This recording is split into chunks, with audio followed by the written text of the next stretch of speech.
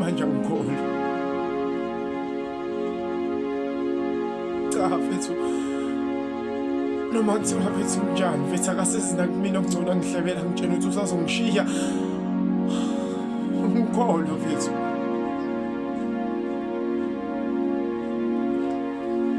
Ngiyakuzwa lokho okushoyo mfethu ukuthi konke kunesikhathi sakho. Konke uma kunesikhathi sakho pho yena kungani mfethu angazange kumina wangihlebela ngitshela ukuthi ngelinye ilanga nami uyongishiya.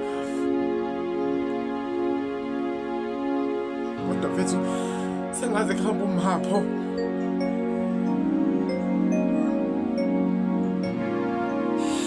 Uma mfethu khona lo bhuti lo wakaZulu mfethu, lo wakaZulu lo bamba inkunzi lapha ngaphesheya akusahambi yena kuhamba uma.